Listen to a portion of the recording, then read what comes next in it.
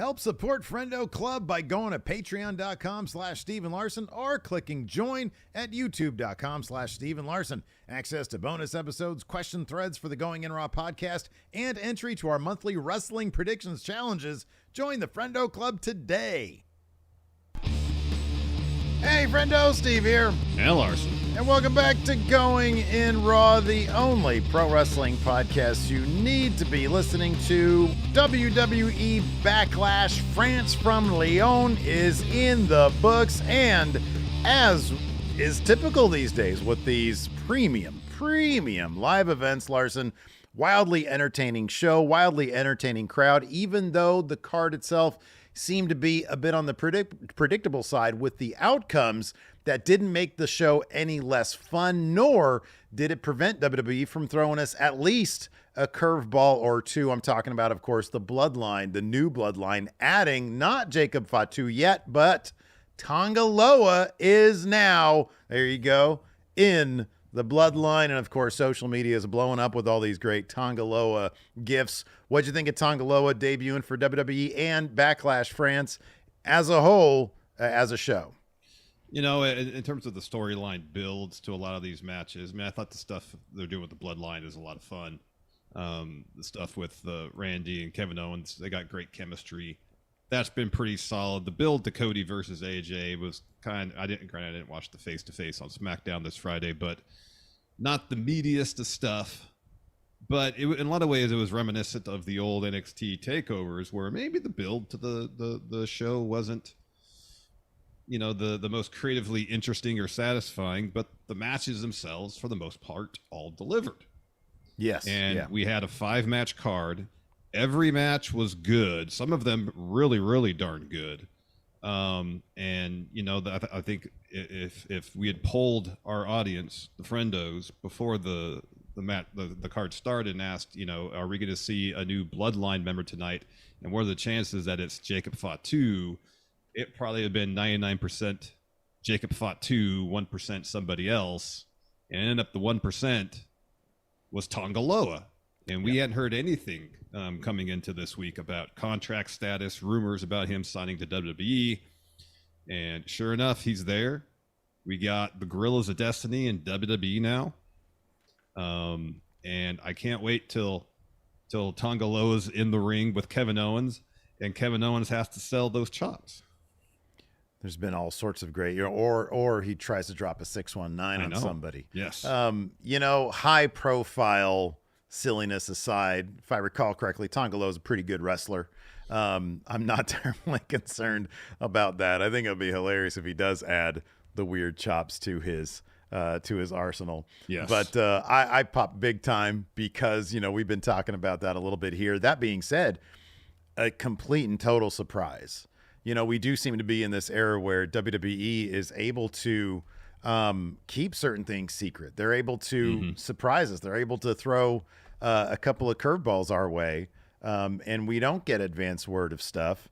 And being two guys who are happily not in the scoops business, it makes it so much more fun for us to be able to witness these surprises live as they happen. Yep. And I'd much prefer that over you know, having things spoiled. Sometimes it's nice to know what's going on, but other times, you know, as we saw with CM Punk, probably the best example of it showing up at Survivor Series.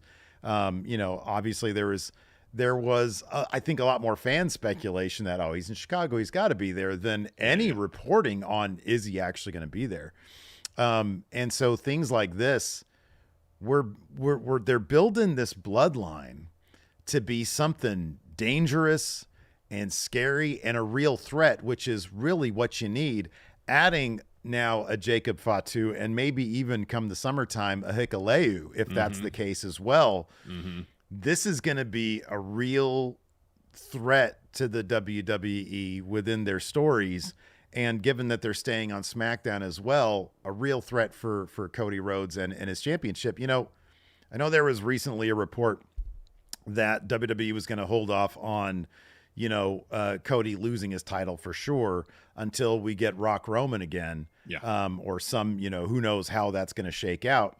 But, you know, what we saw with AJ tonight, where they throw him just I don't know how long this match was, but it was really long, but really good. It was Like really you good. said, old school takeover feel. And I think, as we've seen with Triple H, that's, I think, what we can expect with these pay-per-views that are going to be, typically seen as B-level pay-per-views. Doesn't mean they can't be awesome shows. Yeah. With really good matches. Like you said, with the Cody AJ build, wasn't really all that great, but we know that these two guys can put on an absolutely killer match, and that's what they did tonight. Yeah. Yeah. And you add, if the plan going forward is they're going to keep major 4 or 5 shows in North America. So you got Rumble, Mania, SummerSlam, Survivor Series, and I would suppose Money in the Bank. And then essentially internationally, you get first dibs on all the other ones. So if the formula for the traditional B-level pay-per-views is going to be international market, smaller card with really good matches, and phenomenal crowds like there was in Lyon today, even if the bill's not the best, it's going to be a pretty solid recipe for an entertaining 3-hour wrestling show. Mm-hmm. Yeah. Yeah. Because the crowd tonight was great. When you starve these markets of the product, and, Triple H loves to point out that, it's a global brand. It is. It is. And there are fans, all over the world that, and local governments willing to pony up the money to bring them out, and these fan bases that are underserved. It makes for just awesome show. I like Cody's wearing his own shirt. That's great. He's wearing his own Backlash shirt. That's amazing. Oh, wow. He's got his own show-specific merch shirt, huh? He does. Yeah, he's doing the press conference right now. But it, you can't help but get these awesome crowds who are so into it, unlimited energy, and you get these awesome takeover, old school takeover, basically just at the 3-hour mark shows. This was less than 3 hours, this show, technically, by a couple minutes. Under 3 hours, yeah. But when you jam pack it with just quality, 5 matches of just quality stuff and a couple of curveballs, that's a great formula right there. That is the perfect formula. It is. It absolutely is. In terms of overarching stuff, Tonga Loa making his debut is kind of the largest news coming out of the show. We do have new women's tag champs. Yeah. Bianca, Jade, defeating Kairi Sane and Asuka in a pretty good match that did have a little bumpy period in the middle where it seemed like there was some miscommunication about who was supposed to be in the ring during a small stretch of it.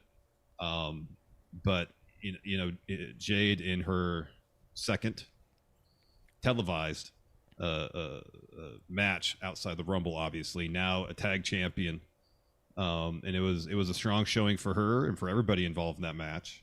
And it's pretty great to see Jade being set up to be a huge star in AEW, and the creative not necessarily pushing her to that point. And seeing already in WWE where they have her set up to be a major superstar, but already from a creative standpoint, all right, there seems to be a plan in terms of how to build her into the superstar that she surely will be. Mm-hmm. Yeah. Yeah, I like they had her doing more in this match than typically she has. I thought what we saw, even when it came to, there seemed to be a miscommunication. It seemed, from my vantage point, it looked like it was a Kairi Sane referee miscommunication, where the referee maybe was calling it straight up, and there was some sort of tag situation, and then they had to get back on the same page. I thought the finishing sequence was awesome. Fantastic. That was fantastic. And I do appreciate also, I know you haven't seen SmackDown yet, but on SmackDown, they were, Bianca still has a major issue with Bayley because of the damage control stuff. Jade's new.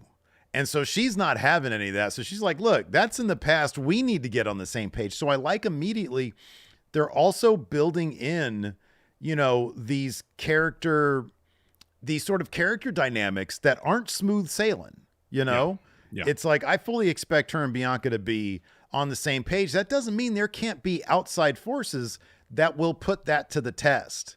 Yeah. And that's what we're getting so far with Jade Cargill and Bianca. But, when it came to that finishing sequence, giving Jade a little bit more to do in the ring, I thought she did as well as can be expected. There's going to be confusion during matches. There's going to be miscommunications during matches. And so for her, you know, sometimes to be put through a test where you're like, oh crap, this got messed up. In the ring. Yeah. And I'm sorry, I don't think much of that was Jade's fault. And people are going to be so quick. Yep. People are going to be so quick. Oh, well, she's the one who's got the least experience in the ring. Let's put on her. No. That being said, I think that these kind of things are going to be learning experiences for her because things are going to get messed up, and it could be through no fault of your own. Absolutely. And then you're going to have to figure out then what the best way to pivot, what the best way to improvise is going to be. Yeah. And so, yeah, I thought, you know, especially with the finishing sequence, I thought they looked like $1 million. Oh yeah. And once things got ironed out, it was good to see. Yeah. But yeah, man, I thought, you know, them as new tag champions, love to see it. And it seems like there is a dedicated plan to get Jade Cargill to the point where, you know, once down the road, she's not going to be in a tag team situation as a singles competitor. She will have all the ingredients to then confidently be, you know, where she should be. No, I loved seeing that. And, you know, it's not all gonna be smooth sailing, but she clearly has the ingredients. Oh, yeah. And you love to see it. John Hosey here, by the way, and congratulations, John Hosey. I'm being sensitive. He says here in chat, we're going to talk about that in a second.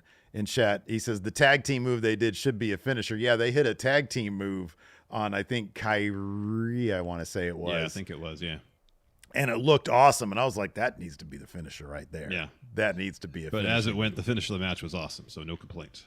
I agree with that, absolutely. One more thing before we get into the breakdown match by match of the show. They did announce the Raw side of the Queen and King of the Ring tournaments. So there's 4 matches slated for each show. For each tournament coming up soon. Maybe soon. So we got Zoe Stark versus Ivy Niles, the first round match on the Raw side of the bracket. That's going to be a good. There's some good matches here. There's some good ones here. Shayna versus Zelina Vega. Okay. Lyra Valkyria versus Asuka. That'll be good. That's going to be a killer match. And then Io versus Natalia. That'll be really good too. Ooh. For the King of the Ring, Raw side of the bracket, we got Drew McIntyre versus Finn Balor. That'll be good. Kofi versus Rey Mysterio. Ricochet versus Ilya Dragunov. Oh, that's going to be a killer match. And then Gunther versus Sheamus. But assuming these are all the competitors on the Raw side of the bracket, I see a name missing here, and that's Xavier Woods. Yeah. Well, he took a pretty big L to Gunther last Monday. Yeah. So former King of the Ring. Kofi's gonna represent, I guess.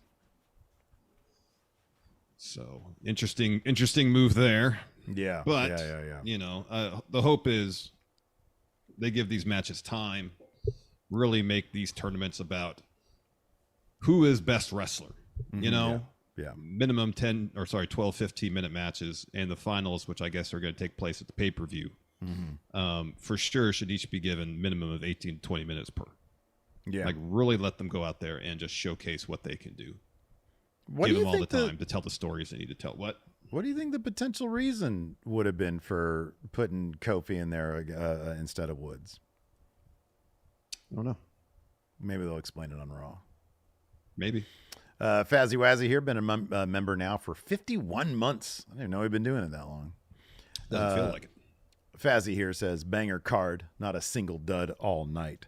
Jade Star growing by each performance. Bloodline still delivering. AJ Cody bangs so hard. Yeah, it was a really good show.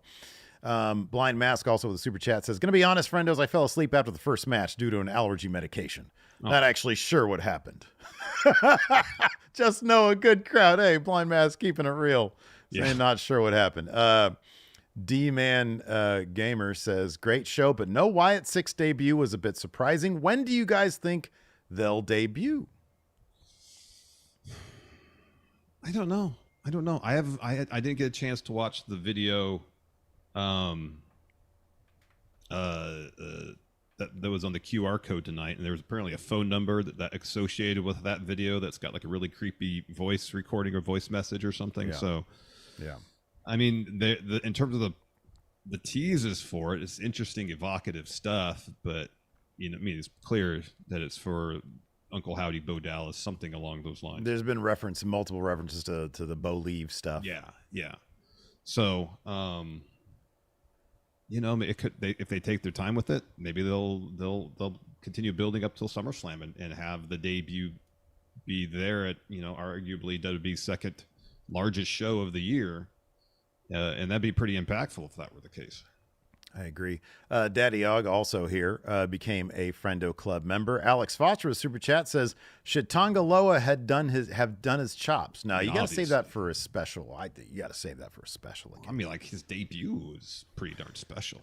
And have Cole and Corey Graves just sell the show. Oh my God, what is this move? Oh God, wow. Just doing the Burger King thing. He's got so much power in his fingers. He somehow found a way to make slow movement extra devastating. All right, man. Let's just get this out of the way because it breaks my heart, to be honest. With you. I've already moved on, man. It's one of those things that happen. Here's the thing: I expect the worst, but hope for the best. So I attempted to cash in today. I was in 3 points to the leader. Odds weren't great, only a 6 and 16, but the way things happen, 6 and 15 chance of being successful with this particular cash in. But nonetheless, it's the closest I've been since holding the G1 Climax briefcase. It was worth a shot. Came up short, pulled to 0. After John Hosey claimed his third Big Blue championship, and then Flannelly Dan, 5 points behind the leader, but would have won with the tiebreaker. Also attempted to cash in again, came up a bit short. So congratulations by 1 point. To John Hosey, retaining the title after 2 cash-in attempts. So hats off to you, John, and gonna get a hat now. So John gets a hat. I'll make a special one because he's the first. Number one, he's the only repeat champion. Then it now repeated twice. Now he's a 3-time champion. Yeah. So congratulations, John Hosey. I know he's on record as saying I feel great but bad at the same time. Because we had two cash-in attempts.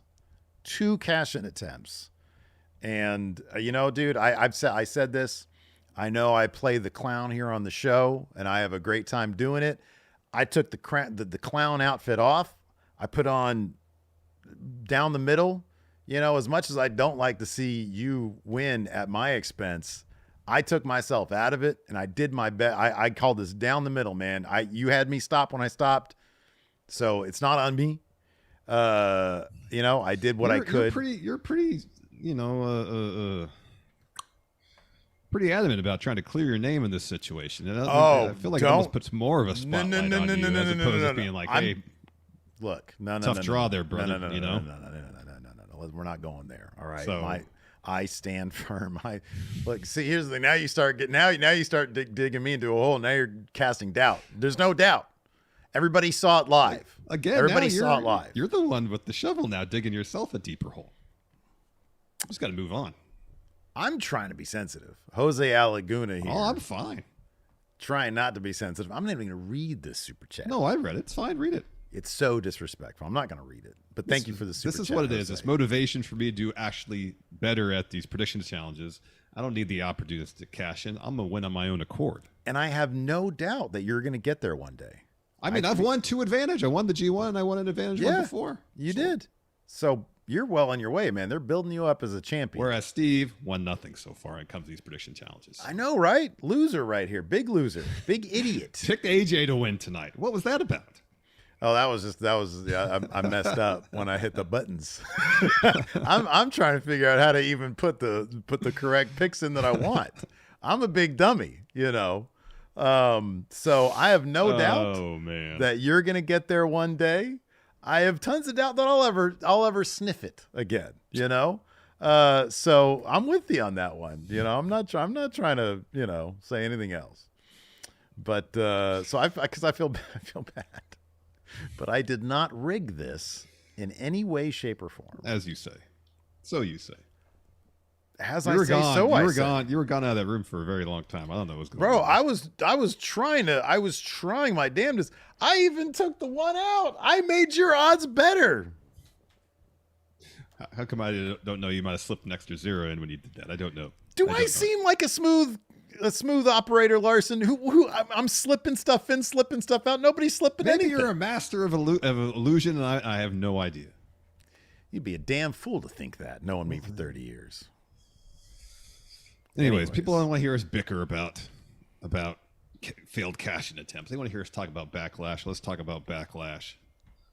But first, Steve, tell them about the Friendo Club setup. You guys know what it is, man.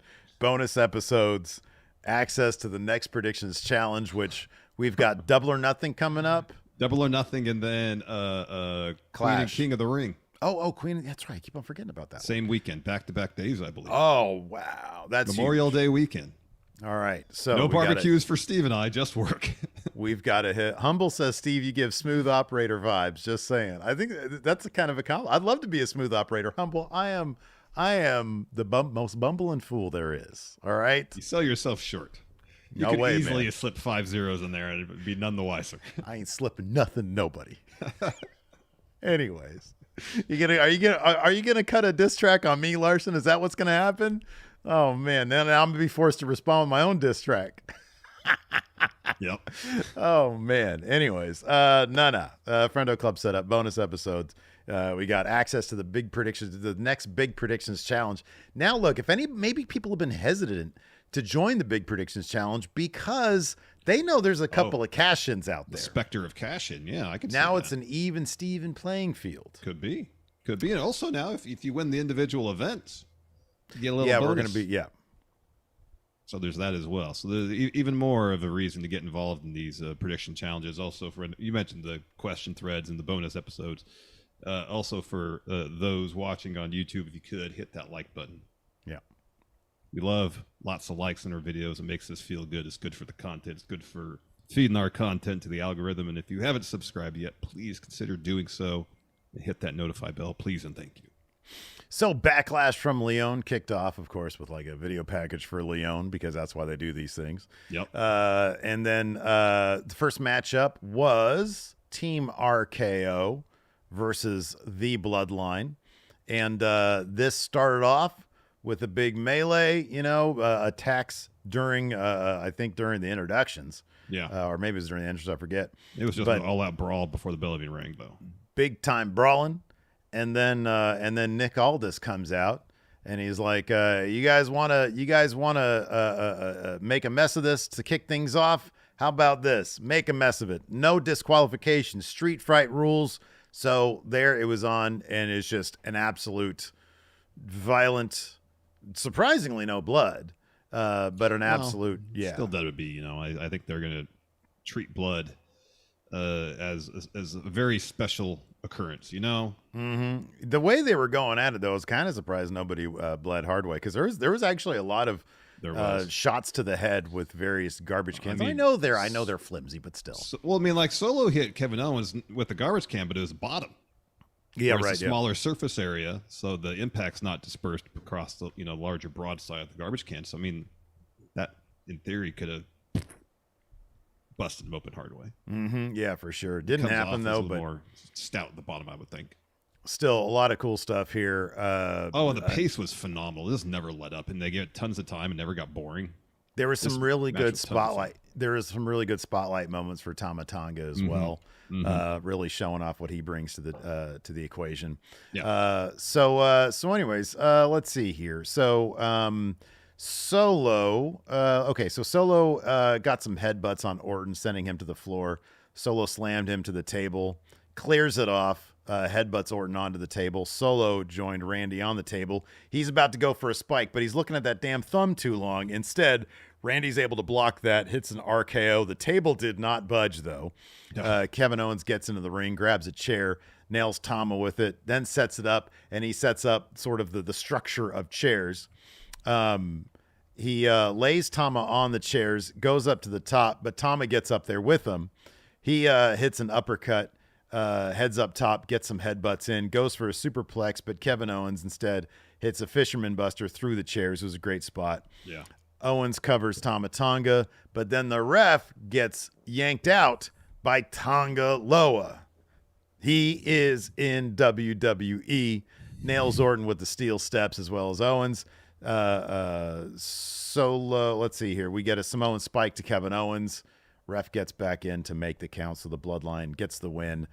And Tama Tonga helps his brother up as Heyman tries to stop the Bloodline for beating Owens some more. Bloodline stands over Kevin Owens, who's like spitting up all over the place. Yeah. And then they stare at Heyman. So it was revealed on SmackDown that Paul Heyman has not been in contact with Roman Reigns since WrestleMania and is in fact the one who pulled Roman from draft eligibility. And so now Heyman's just sort of along for the ride with this new vicious bloodline.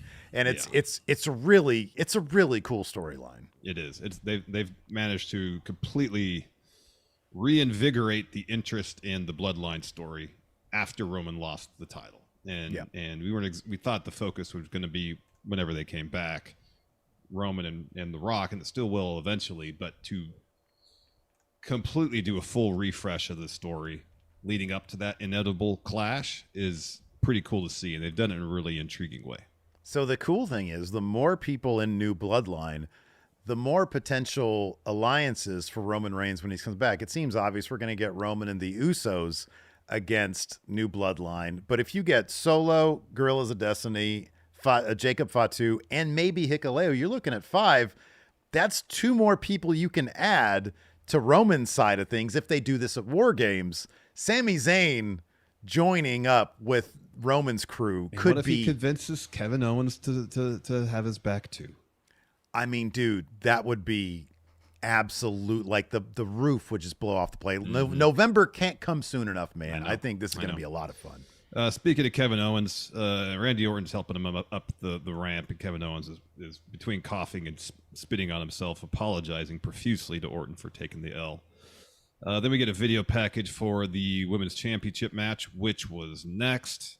A really fun triple threat match. And again, it's a match where everybody got an opportunity to showcase what they can do.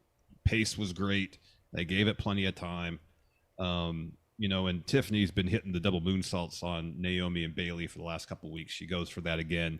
This time they evade that move. And the finish of it leads to more. In that Bayley didn't hit her finisher to win. She rolled up Naomi to get the win. And if we've learned anything watching wrestling, it's a roll-up win is not as decisive as a win following a finisher or making somebody tap out. Yeah. No, I thought this was I thought this was really, really good stuff. I know Meltzer had some really nice things to say about Tiffany Stratton as well. Yeah, I mean, it is crazy to see somebody, and I know she's been, it's been since 2021, but you love to see somebody get through the system and come out of NXT just completely ready for main roster. I said this during the stream, and I'll say it again. Tiffany Stratton's going to win Money in the Bank. She's going to cash in at the show. She's going to be champion come July. I will almost guarantee it. I think her star is just, and I said this also, that crowd is going to have such a hard time getting behind her as a bad guy, wanting to boo her. So they're going to have to make some sort of plan for her having to be either a tweener or a good guy. But yeah, another star-making performance, another proof positive that she's legit. Yeah. The only reason, or the primary reason they might not have her cash in day of show is so she can get the custom briefcase. And then they could sell those on WWE Shop, because if she gets the one that she wants, those things are going to sell. Yeah. So, getting back to this triple threat match, let's see, where are we going to start? Okay, so Tiffany's going for the Alabama Slam on Naomi, hits it on the announce table, hits one on Bayley as well. This is when she rolls both of them in the ring, goes for the moonsault, misses. But Stratton lands on her feet, rolls through, and then Bayley and Naomi hit her with a 3D. I think it was a commentary saying, it was a 1D. There's, I guess, some sort of difference. Same move. It's the same reason. Same move commentary. So Bailey and Naomi, they have a face-off. They hit some forearms at each other. Naomi hits an enziguri. Naomi rolls up Bailey, but then Bailey reverses that into a roll-up of her own to get the win. So during the, I'm just bringing it up because people brought it up in chat, but during Triple H's Triple H's segment during the press conference, threw some shade at some of the wrestling sites out there. Oh, really? Levesque's asked, it doesn't say, so this is from Brandon Thurston. Yeah. Paul Levesque has asked if Drew Gulak was released and if Ronda Rousey's accusation had anything to do with it. The questioner mentioned Fightful and PW Insider reporting that Gulak was released. Paul Levesque quipped that if you're going to cite news sources, pick good ones. Credible, really. He says Gulak was not released. His contract was simply not renewed. And he didn't address the part of the question about Rousey's allegation. All right. You gotta choose credible sources. Here we go. So after the match, Naomi hugs Bailey. And then we get the WrestleMania announcement happening at the Kentucky Derby today, I believe. Mm-hmm. Yeah. Seth and Becky are there. And so we're backstage. Yeah. Seth looking like a monorail salesman. Yeah, no. We're backstage, and Jay is warming up for his match. And then Solo walks up to him. And behind Solo is Tama Tonga Tongaloa. And they just kind of look at him, and they walk off. And then Heyman shows up, and he is just... an emotional wreck. He is. He does not know what to do. And Chris Garrick's who did her notes today. Thank you so much, Chris. Always does a fantastic job with the notes. Throw your ones up for Chris Garrick's. Has it right here, says he just shakes his head almost apologetically. He understands that this bloodline is completely out of control. Yeah. And it's like, in his mind, it seems like I'm taking Roman out of the draft to protect Roman from this new bloodline. Well, dude, during the SmackDown segment with him and Aldis says, well, you're in charge of this new bloodline. Like, you're in charge of the bloodline. You're the wise man. And he says there's a difference between being in charge and being in control. And so, like, the desperation is all over Heyman. Yeah.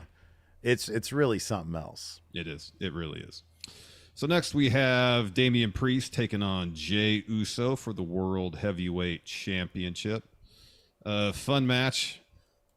And Judgment Day, they're trying to help their dude. They're trying to help Damian Priest get the win here. So it's not enough, seemingly, for Damian Priest at this point to be champion. He wants to prove that he can do it on his own. And it's causing a lot of friction, continued friction, additional friction in Judgment Day.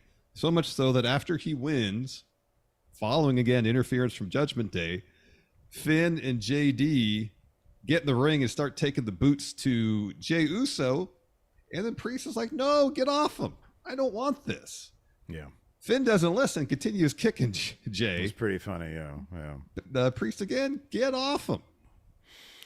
You have to love that one of the stories they seem, because we just talked about this, one of the stories they kind of do well is when there's a character who has a hard time controlling what he wants controlled. Yes. Who has a hard time, asserting his own authority on characters who were starting to get away from them. And this is this is the same kind of thing where Priest's thing for I don't know how long now has been, I can lead. I have this under control. Well, with Rhea gone, we're starting to see what he actually can do as a leader, and it's not that impressive. No. He can't get these guys to win. He can't get these guys to after how many times have he said, stay out of this. I'm doing this on my own. And they don't listen. And the wrinkle I really enjoy is without their help, he loses. Jay had him beat until JD puts Priest's foot on the bottom rope. Yeah. After a spear and a Uso splash, I believe. So as much as Priest wants to tell them, the rest of Judgment Day and himself, that he can do it on his own, he hasn't shown that he can do it on his own yet. Yeah, right, exactly. Who's to say he would have come out the winner had it not been for the interference? Exactly. And it's interesting that along the way, over the past 6 months, they have really, I'm not going to say struggled, but you can see creative trying to figure out where Priest is. And, you know, one week he'll be cool with R-Truth, the next week he won't be. And it hasn't always felt consistent with his character, but now it's starting to. Yeah. Now it seems like they kind of have a handle on what Priest is and who he is, and that's always the best place to be. Yeah. Yeah. This is a really good match. A couple of really awesome false finishes. The first time Jay hits the splash, you think, oh, there's a chance that he might have got it there. And same when Priest hits South of Heaven for the first time and Jay kicks out. Yeah. So after that particular kick out, Priest is pacing around the ring. He's upset, telling Jay to rise. Hits him with a bunch of spin kicks, and then tells him to get up again, goes for a third kick. Instead, Jay counters with a super kick, then another, then a third. Hits a jumping kick in the corner, a spear, Uso splash. And that's when JD puts Priest's foot on the rope to break the pinfall. So now Jay upset.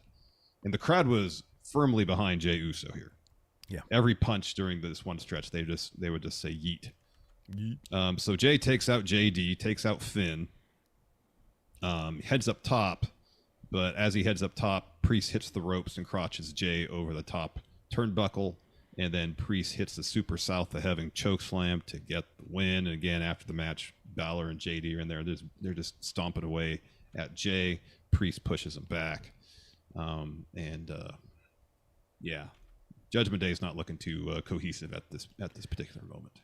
Let me ask you this now. Sure. Talked extensively about Judgment Day. It doesn't look great for them. Let's pivot to Jey Uso. How do they justify Raw taking him number one with him coming up short seemingly on these big situations? He's not going to be part of King of the Ring, is he? He's not been announced for that. No, he wasn't announced. Okay. In the bracket, no. King of the Ring's off the table. It's not like he's going to be taking the Intercontinental Championship. Well, no, that's what it needs to be. He needs to be in a match to win the number one contendership for the Intercontinental title and have a feud with Sami Zayn. Ooh. That's what it needs to be. Ooh. It's the media story. It is. There's a chance for him to potentially, that if he wins the Intercontinental Championship, then you could say, all right, main event Jey Uso. Yeah. Because while the Intercontinental title is not main eventing pay-per-views, it will Raw, or it can absolutely. Main event Raw. Well, no, here's the thing, though. And that could be potentially the first step in maybe a world title reign at some point.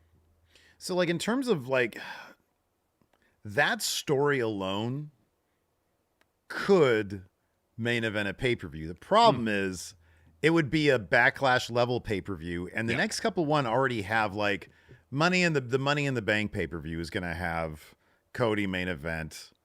Or here's the thing: we're not in an Money era in the Bank where the Universal Champion is not going to be on every show. Cody's going to wrestle on every pay-per-view. Yeah, right. Yeah.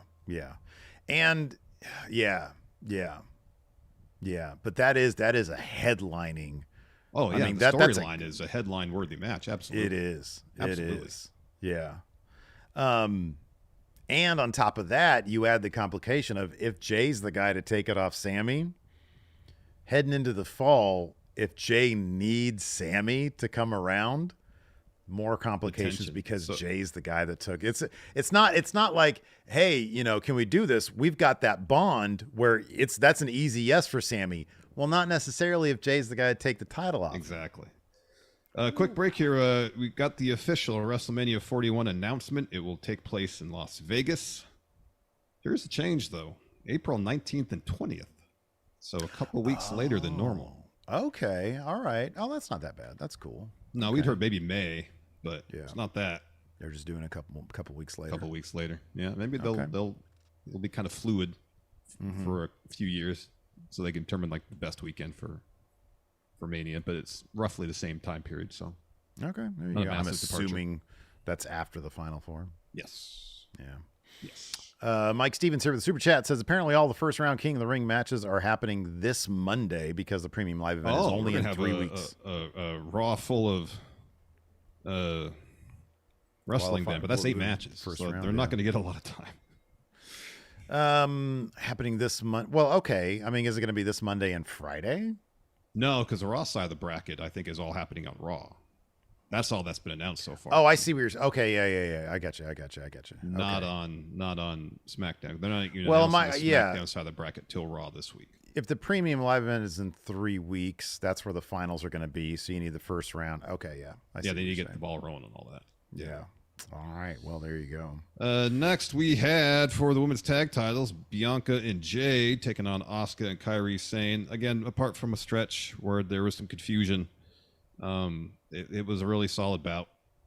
Good stuff. New tag champs.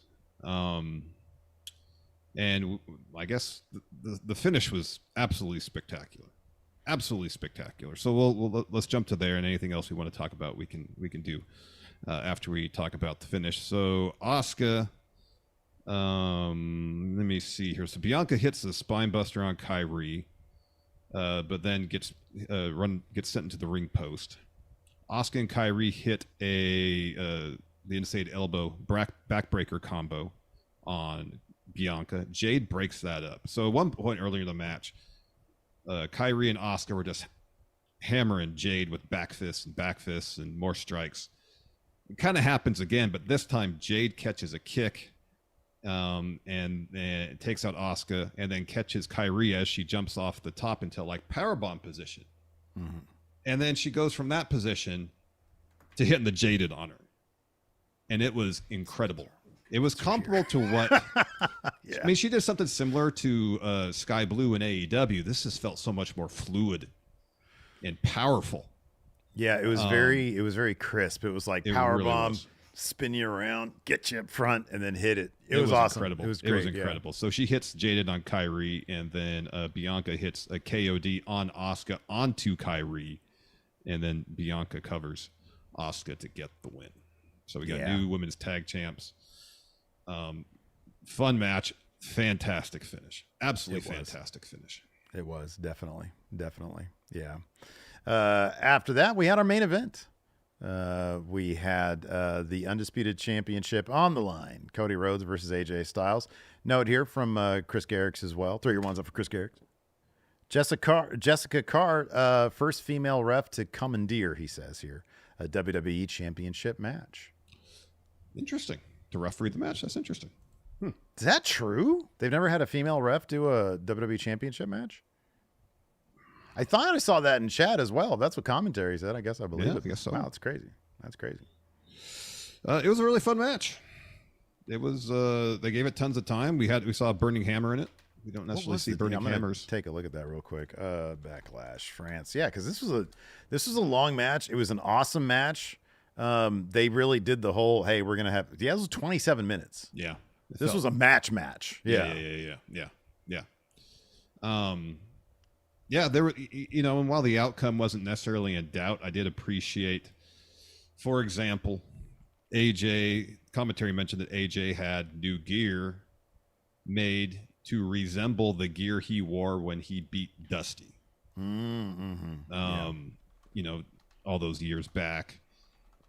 They did a good job during the match to show the intensity from each party, from Cody and AJ, and you felt how important this match was to them in terms of winning it. Yeah. It wasn't one of those matches where it's move, kick out. Like Cody kicked out a burning hammer at one, and slamming his fist. Like, I'm not losing, especially not to a burning hammer, apparently. That move,